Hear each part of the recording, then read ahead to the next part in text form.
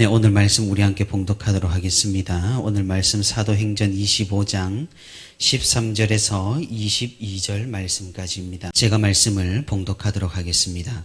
수일 후에 아그리빠 왕과 버니게가 베스도에게 문안하러 가이사라에 와서 여러 날을 있더니 베스도가 바울의 일로 왕에게 고하여 이르되 벨릭스가 한 사람을 구류하여 두었는데 내가 예루살렘에 있을 때에 유대인의 대제사장들과 장로들이 그를 고소하여 정죄하기를 청하기에 내가 대답하되 무릎피고가 원고들 앞에서 고소 사건에 대하여 변명할 기회가 있기 전에 내주는 것은 로마 사람의 법이 아니라 하였노라.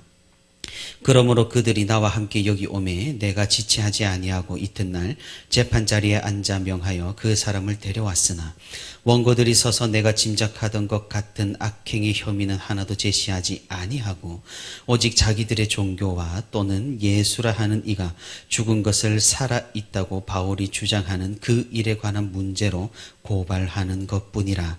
내가 이 일에 대하여 어떻게 심리하는지 몰라서 바울에게 묻되 예루살렘에 올라가서 이 일의 신문을 받으려느냐 한즉 바울은 황제의 판결을 받도록 자기를 지켜주기를 호소하므로 내가 그를 가이사에게 보내기까지 지켜두라 명하였노라 하니 아그리빠가 베스도에게 이르되 나도 이 사람의 말을 듣고자 하노라.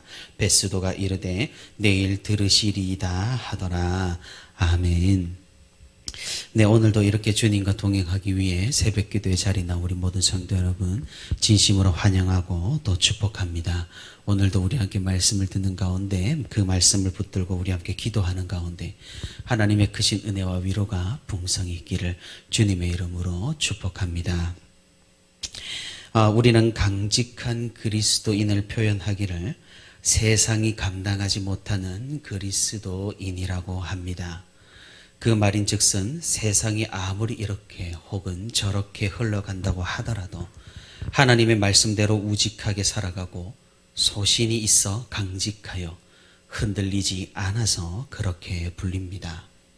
사실 우리가 꿈꾸는 어떤 이상향이고 또 우리가 되어야 마땅할 그런 상태일 것입니다. 하지만 어떻습니까? 그렇게 되기는 쉽지가 않습니다. 우리는 언제나 세상 가운데에서 솔직하게 조금은 조마조마하며 살아가는 것 같습니다. 우리의 부족함으로 또는 우리의 연약함으로 강직하기보다는 눈치를 보면서 살아가는 경우가 많습니다. 교회에서도조차 우리는 그러합니다. 소신대로 강직함을 시원하게 내뱉고 싶지만 그렇게 했다가는 여러 가지 좋지 않은 상황들이 생기기 마련이니 우리는 둥글게 살아가는 것을 선택합니다. 나름의 생존 전략이기도 하고 또 우리가 세상을 살아가는 수단이기도 한 것입니다.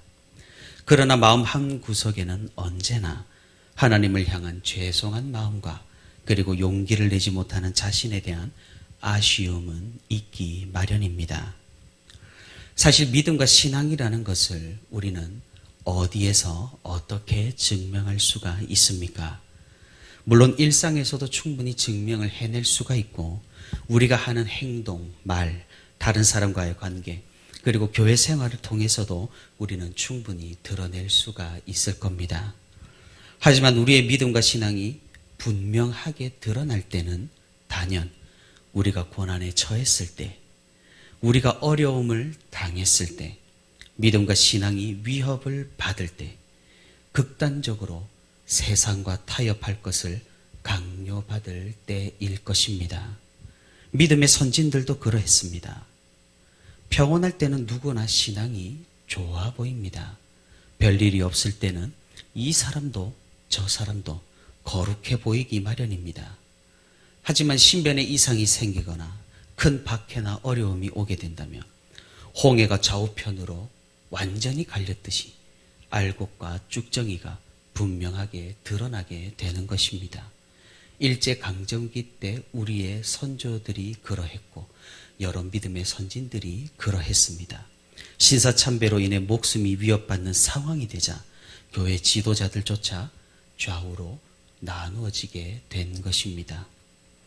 우리가 오늘 읽은 본문의 사도 바울도 그러했습니다. 그는 굉장히 강직한 사람이었습니다.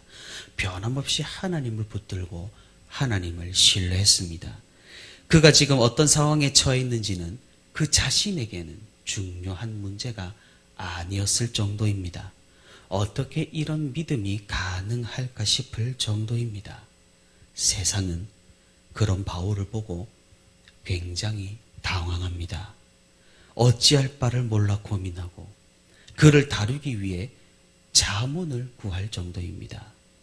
어떤 사람은 이런 바울에게 호기심조차 보입니다.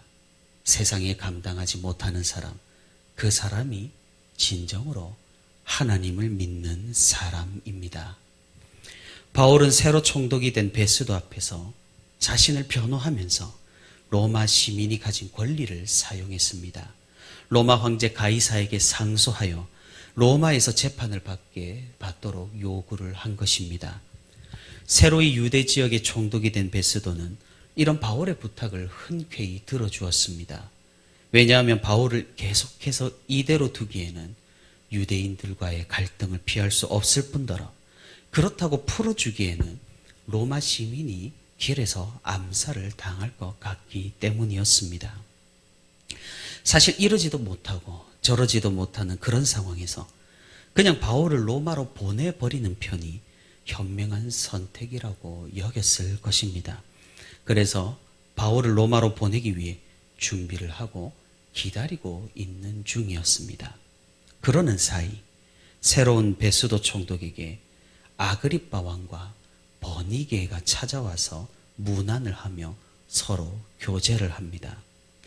여기에서 등장하는 아그리빠 왕은 헤롯 아그리빠 2세입니다. 헤롯 아그리빠 1세의 아들인 것이죠. 헤롯 아그리빠 1세는 우리가 이전에 사도행전 12장에서 살펴보았습니다. 그는 사도 야고보를 처형했던 인물이고 베드로를 감옥에 가둔 왕입니다. 그러다가 단상에서 자신이 신이라고 추앙을 받다가 주의 사자가 쳐서 벌레에 먹혀 죽은 바로 그 왕입니다. 그 아들이 여기에 등장하는 헤롯 아그리빠 2세입니다. 헤롯 아그리빠 2세는 이 무렵 주후 30년경에 30 초반에 매우 젊은 왕이었습니다. 지금 팔레스타인 북동쪽 지역을 다스리는 그런 사람이었습니다. 사실상 성전을 다스리는 권한을 가지고 있었던 아그리빠 왕은 성전의 보물들을 마음대로 좌지우지할 수가 있었고 심지어 대제사장을 임명하고 해임하는 일도 했습니다. 그러니까 유대인들은 이 아그리빠 왕의 눈치를 살필 수밖에 없었던 셈입니다. 이 아그리빠 왕과 함께 온 버니게라는 여인은 그의 여동생입니다. 원래는 삼촌인 헤롯 칼키스와 결혼을 했으나 헤롯 칼키스 남편이 죽자 헤롯 아그리빠와 함께 살게 된 것입니다. 역사 기록에 따르면 이 버니게는 헤롯 아그리빠 2세의 여동생이지만 동시에 정부였다고 알려줍니다. 이들은 왜 베스도를 찾아와서 서로 문안하며 친목을 다졌던 것일까요? 생각을 해본다면 서로 견제의 대상이고 서로 통치 지역이 비슷한 라이벌이었고 권력 다툼을 해도 모자랄 판에 이렇게 와서 문안 인사를 하며 교제를 나누었던 겁니다. 왜 그랬을까요? 아주 당연한 것이죠. 인접한 지역을 다스리는 통치자들이었을 뿐만 아니라 애초에 역사적으로 이 헤롯 가문과 로마 총독들은 끈끈한 관계를 유지했습니다. 멀리서 찾아볼 필요도 없습니다. 예수님을 재판하는 총독 빌라도와 헤롯 안티파스도 예수님을 주고받으면서 친분을 과시했던 것을 누가는 누가복음에서 기록하고 있습니다. 헤롯 가문과 로마 총독은 서로 다른 종류의 권력을 가지고 있었습니다. 총독은 로마 군대에 관한 지도권을 가지고 있었고 헤롯 가문은 아까 말씀드렸다시피 성전에 대한 지도권을 가지고 있었습니다. 그렇기에 이 두 사람은 다루기 힘든 유대인들을 사이에 끼고 묘한 줄타기를 하고 있었던 것이죠. 유대인들은 총독이든 헤롯이든 이 통치자들에게 그렇게 큰 기대를 하지를 않았습니다. 그래서 이스라엘 지역에서는 거의 폭동이 끊이질 않았던 것이죠. 그런데 그나마 이 헤롯 아그리파 2세는 외가 쪽이 유대인 혈통이었기 때문에 이미지가 조금은 좋았던 것뿐입니다.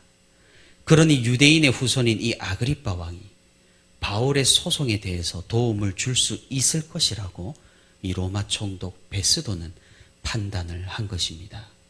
그래서 이들이 가이사라에 머무는 동안 베스도는 여러 차례 교제를 하면서 아그리파 왕에게 바울에 대해서 의논을 하게 되는 것입니다. 그 내용이 오늘 본문 14절부터 21절까지 등장을 합니다. 베스도가 아그리빠에게 재판의 세부 사항까지 상세하게 설명해 주는 것은 무엇을 의미할까요? 그것은 베스도가 굉장히 이 사건에 대해서 당황하고 있었고 이해를 하지 못하고 있으며 어떻게 처분하고 처리할지를 어려워했다라는 사실을 보여줍니다. 특별히 오늘 본문 18절과 19절에서 제가 읽겠습니다. 원고들이 서서 내가 짐작하던 것 같은 악행의 혐의는 하나도 제시하지 아니하고 오직 자기들의 종교와 또는 예수라 하는 이가 죽은 것을 살아있다고 바울이 주장하는 그 일에 관한 문제로 고발하는 것뿐이라 라고 말하고 있습니다. 베스도는 바울이 다른 큰 죄를 저질렀으니까 사람들이 이렇게 한다고 짐작을 했습니다.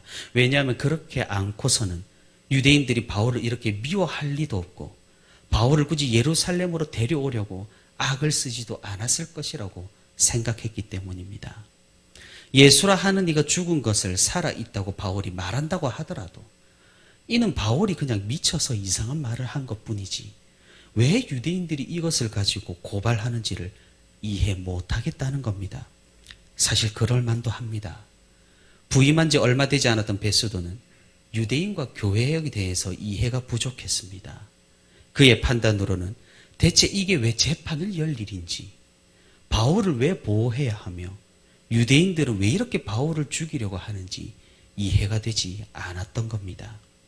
그래서 유대인들에 대해서 해박하고 그나마 이미지가 좋은 관계를 형성하고 있었던 아그리빠에게 사정을 말하면서 도움을 요청한 것입니다. 베스도의 이런 전략은 정확하게 맞아떨어졌습니다. 아그리빠 왕이 이 일에 대해서 흥미를 보이기 시작했던 겁니다. 오늘 본문 마지막 절인 22절에 아그리빠는 베스도에게 나도 이 사람의 말을 듣고자 하노라라고 요청합니다. 베스도는 좋은 기회를 얻었습니다. 이 사건에 대해서 또는 자신이 통치하는 지역에 대해서 더 잘 이해할 수 있는 기회였습니다. 이렇게 다음 날 아그리빠 왕과 바울을 만나는 자리를 베스도는 마련했던 것입니다. 우리가 한 가지 짚고 넘어가야 하는 사실은 이 모든 것이 하나님께서 계획하신 일이라는 사실입니다. 바울을 통해 로마의 통치자들에게까지 복음을 전하고 계시는 것을 우리는 목격할 수가 있는 것이죠. 베스도가 도움을 요청함으로 바울이 아그리빠 왕 앞에 서게 되고 바울이 자신의 일을 변호함으로써 복음이 그 자리에서 울려 퍼지게 하신 역사입니다. 하나님의 일은 중단되거나 끝나지 않았습니다. 이렇게 혼란스럽고 급박한 상황 가운데에서도 계속해서 복음을 위한 사역이 쉬지 않았던 것입니다. 사랑하는 성도 여러분, 우리는 베스도의 요청과 부탁에서 한 가지를 살펴볼 수 있습니다. 그것은 그가 바울에 대해서 너무나 당황했다라는 사실입니다.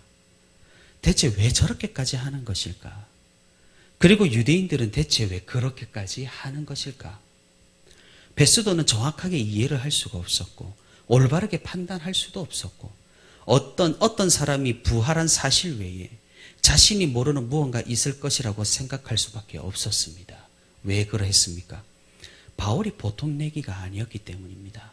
그의 강직함과 그가 자신을 변호함과 그가 전혀 로마나 유대 지도자들 앞에서 굽히는 행동을 하지 않음을 보고 베스도는 정말로 당황했던 겁니다.